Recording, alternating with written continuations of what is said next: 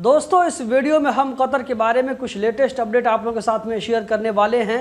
तो चलिए इस वीडियो को हम कंटिन्यू करते हैं। यहाँ पर आप लोगों को आज के अपडेट का रेफरेंस नज़र आ रहा होगा, जहाँ पर आप देख सकते हैं इसमें बलदिया की तरफ से कहा जा रहा है कि दोहा बलदिया ने 2025 के शुरू से लेकर के अब तक 34 ऐसी बिल्डिंगों को तोड़ने का काम किया है। जगह का नाम यहाँ पर बताया जा रहा है जो कि नजमा, सल्ता, अल जदीदा, गानिम और बिन महमूद है। तो इन जगहों पर 34 ऐसे बिल्डिंगों को तोड़ने का काम किया गया है जो कि खराब हो चुके थे, पुराने हो चुके थे, रहने के लायक नहीं थे और देखने में भी अच्छे नहीं लग रहे थे। तो ऐसी बिल्डिंगों को बलदिया की तरफ से तोड़ने का काम किया गया है। हम बढ़ते हैं अगले अपडेट की जानिब जो कि कतर एयरवेज की तरफ से है। यहाँ पर आप लोगों को रेफरेंस नजर आ रहा होगा जिसमें कतर एयरवेज की तरफ से कहा जा रहा है कि बिजनेस क्लास वालों को अपने साथ में 40 किलो तक का बैगेज लेकर जा सकते हैं। इसी के साथ साथ यहाँ पर कहा जा रहा है कि एक बैग का वजन 32 केजी से ज्यादा न हो, यानी कि अगर कोई आदमी एक ही बैग को 40 किलो का बना लेता है तो इस अपडेट के मुताबिक ये काबिल कबूल नहीं होगा, बल्कि 2 बैग बनाना पड़ेगा।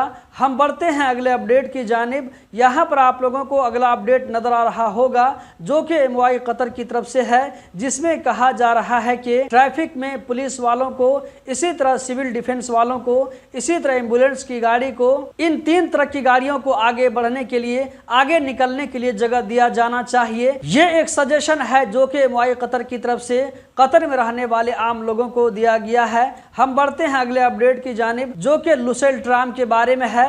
यहाँ पर कहा जा रहा है कि 2022 जनवरी में जब से ट्राम ने अपना काम करना शुरू कर दिया है तो कहा जा रहा है कि उस वक्त से लेकर के अब तक 10 मिलियन यानी कि 1 करोड़ से ज्यादा पैसेंजरों को ट्राम ने अपनी सर्विस प्रोवाइड किया है। 1 करोड़ से ज्यादा लोगों को एक जगह से दूसरी जगह मुंतकिल करने का काम किया है। यहाँ पर आप लोगों को अगला अपडेट नजर आ रहा होगा जो कि बलदिया की तरफ से है।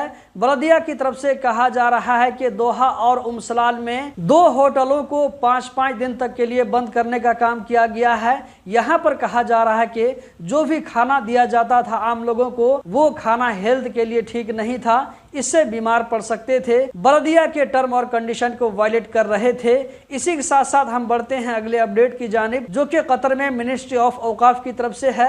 रेफरेंस यहाँ पर आप लोगों को नजर आ रहा होगा जिसमें कहा जा रहा है कि औकाफ की तरफ से गर्राफा अर्रैयान में एक नई मस्जिद को ओपन किया गया है जिसमें 300 लोग नमाज पढ़ सकते हैं, जो कि 2463 स्क्वायर मीटर पर फैला हुआ है। यहाँ की बढ़ती हुई आबादी को देखते हुए इस मस्जिद को ओपन करने का काम किया गया है। हम बढ़ते हैं अगले अपडेट की जानिब। इसका रेफरेंस यहाँ स्क्रीन पर आप लोगों को नजर आ रहा होगा जहां पर आप देख सकते हैं कि बलदिया के लोग समंदर के किनारे इस तरह के सामान को हटाते हुए नजर आ रहे हैं।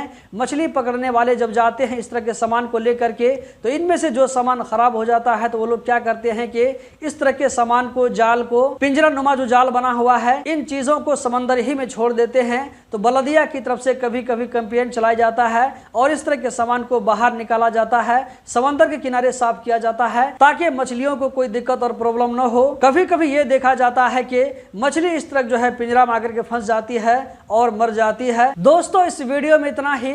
उम्मीद करता हूं आप लोगों को ये वीडियो जरूर पसंद आई होगी। कतर के बारे में हर छोटी बड़ी खबर से बाखबर रहने के लिए हमारे साथ में जुड़े रहें। गल्फ एक्सपर्ट यूट्यूब चैनल को सब्सक्राइब करें, वीडियो को लाइक करके आगे जरूर शेयर करें। बहुत बहुत शुक्रिया।